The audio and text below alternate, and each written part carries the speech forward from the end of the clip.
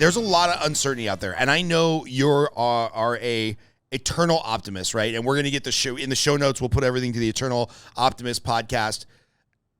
There's a lot of reasons to be a little negative right now, right?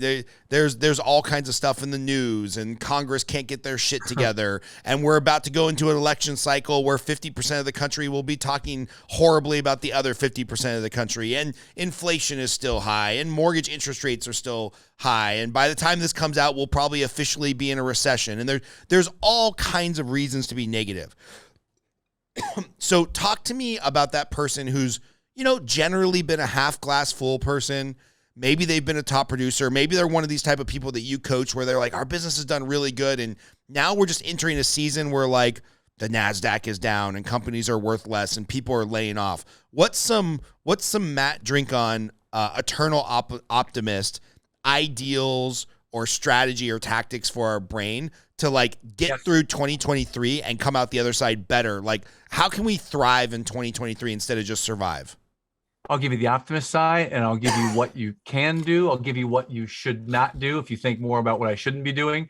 And the first thing, when I hear a problem or a challenge, the first thing I think to, what's the system or the mindset that will help us to get through that or solve that? So whenever I hear a challenge about attitude, mindset, pessimism, negativity, my first thought goes to, how involved are you with the concept of being curious? How involved are you with the concept of being grateful, for what's in your life? And I think about gratitude and curiosity. Those are two of the major pillars in my life. I'm wondering what this, call it a challenge, call it a financial challenge, call it a health challenge, call it a relational challenge, call it a spiritual challenge, call it a tragic loss of someone in my family, whatever kind of pain or trauma. I wonder what it's here to teach me. And I'm really curious about how I might use this as a story to impact the world.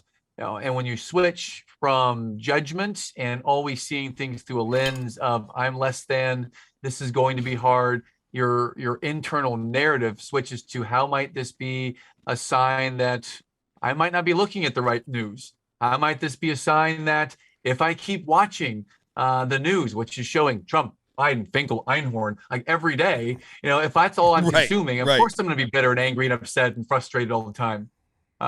Maybe you should be a libertarian, people, because anyways, in any event, I'm thinking about how, I was kind of half joking there, but I'm also thinking about how being independent from letting the news cycle control your mind, that's what you probably, I'm not judging you if you do watch it all the time, but if you're watching a lot of news, if you're watching a lot of Twitter, which may be the worst social media place to get just negative stuff all the time, look at what you're consuming, because that can really subconsciously get to you over time. Right.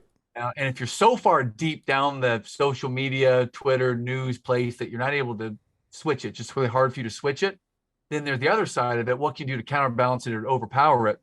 And that's going to be your circle of friends. So if you've got a bunch of people like me around who just don't tolerate and put up with, if all you do is show up and say, man, this stuff happened to me again, I don't put up with that. If you're around me, I'm going to call it out loudly and proudly that really, oh my God, you must have the worst life ever. Oh my God. Oh, it happened to you again. Damn, how does your Mercedes feel about that? Oh my God. I'll kind of go to extreme and make light of it, right, to prove the point. But I would say curiosity and gratitude are the antidotes. Curiosity and gratitude are the antidotes to frustration, anger, pessimism, things that get you down, trauma. When you focus on curiosity and gratitude, how it might serve you, it opens up a place where you can have some real self-compassion, some patience and grace with yourself. And if you're studying this and learning about this, you will overcome this attitude. But if you're not focused on this, if you're not learning about curiosity and gratitude, then you're going to be stuck in that place for a while. Your friends can help you. What you consume and read and listen to every day can help you. But if you're stuck in that little K-hole of, man, just everything is so bad and negative, right, then seek some professional help, seek a therapist of some kind, take that next step. The key here is gratitude, curiosity. And delete Twitter from your phone. That's number one. That's the first step. And delete Twitter or learn how that even when, like, for example, someone I follow on Twitter is Jordan Peterson. I find him fascinating, absolutely fascinating. And something he posted yesterday was a 56-page complaint with the Psychology Association of Canada, a bunch of people made some complaints about him. And I read through it because I was just interested to see what kind of complaints would people make about someone. And they're so just vague and general and judgmental and just so challenging. And this was a fascinating, like 20-minute read. And when I see that happening, I don't approach it from a judgmental place. I approach it from, what can I learn from this? What can I see here that can help me to understand the human condition more? Because there are more people out there that are hurting than there are optimists that are all great on the inside. I want to learn from them so I can help them to overcome their pain.